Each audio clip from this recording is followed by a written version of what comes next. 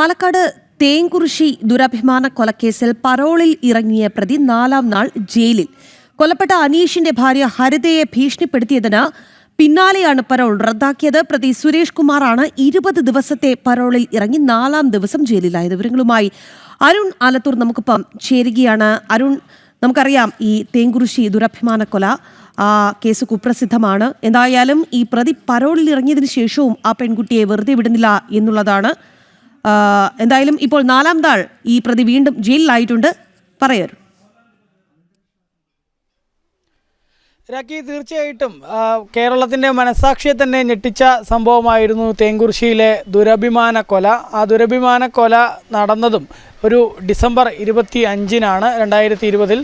5 വർഷങ്ങൾക്കിപ്പുറമാണ് ഇപ്പോൾ ആ കേസിലെ പ്രതിയായിട്ടുള്ള, അതുപോലെ തന്നെ ഇരയായ ഹരിതയുടെ അമ്മാവൻ കൂടെയായ സുരേഷ് പരോളിലിറങ്ങി ആ ഹരിതയെ ഭീഷണിപ്പെടുത്തിയിരിക്കുന്നത്. വഴിയരികിൽ വെച്ചാണ് ഭീഷണിപ്പെടുത്തിയിരിക്കുന്നത്. അതായത് 20 ദിവസത്തെ പരോളാണ് തവനൂർ ജയിലിൽ നിന്നും ഈ സുരേഷിനെ അനുവദിച്ചത്. ആ 20 ദിവസത്തെ പരോൾ എന്നുള്ളത് ഹൈക്കോടതിയെ സമീപിച്ചതിന് ശേഷം കോടതിയുടെ ഭാഗത്തു നിന്ന് കുഴൽമന്നം പോലീസ് സ്റ്റേഷൻ പരിധിയിൽ ഉൾപ്പെടെ കടക്കാം എന്നുള്ള തരത്തിൽ ആ പരോള് അനുവദിക്കുകയായിരുന്നു.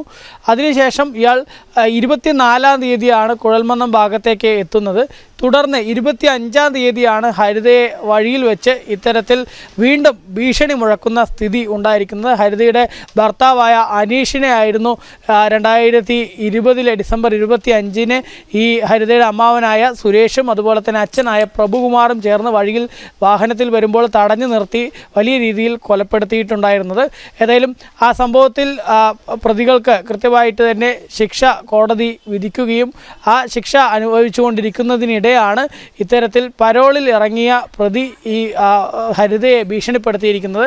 ഏതായാലും ഹരിത ഉടൻ തന്നെ കുഴൽമന്നം പോലീസിന് വിവരം അറിയിച്ചു. കുഴൽമന്നം പോലീസ് ഇതുമായി ബന്ധപ്പെട്ട മജിസ്ട്രേറ്റിനെയും മറ്റും വിവരം അറിയിച്ച് പിന്നീട് ഈ പരോള് റദ്ദ് ചെയ്യുന്നത് ഉൾപ്പെടെയുള്ള നടപടികളിലേക്ക് കടക്കുകയായിരുന്നു. ഏതായാലും പരോളിൽ ഇറങ്ങി 4-ാം നാളിലാണ് ഇത്തരത്തിൽ ഒരു ഭീഷണി മുഴക്കുന്ന സാഹചര്യം സുരേഷിൻ്റെ ഭാഗത്തു നിന്നുണ്ടായിരിക്കുന്നത്. ഏതായാലും തേങ്കുറിശ്ശി ദുരഭിമാന കൊലയിൽ ഇത്തരത്തിൽ കൊലപാതകം നടത്തിയിട്ടും പക തീരുന്നില്ല എന്നുള്ളത് തന്നെയാണ് ഈ സുരേഷ് ഭീഷണി മുഴക്കിയതിലൂടെ വ്യക്തമാവുന്നത്. ശരി അരുൺ, എന്തായാലും തേങ്കുറിശ്ശി ദുരഭിമാന കൊലക്കേസ് പ്രതിയാണ് 4-ാം നാൾ വീണ്ടും ജയിലിലായത് എന്നുള്ളതാണ്. പരോൾ വെട്ടിച്ചുരുക്കുകയായിരുന്നു. അരുൺ ആലത്തൂരാണ് വാർത്തയുടെ വിശദാംശങ്ങൾ നൽകിയത്.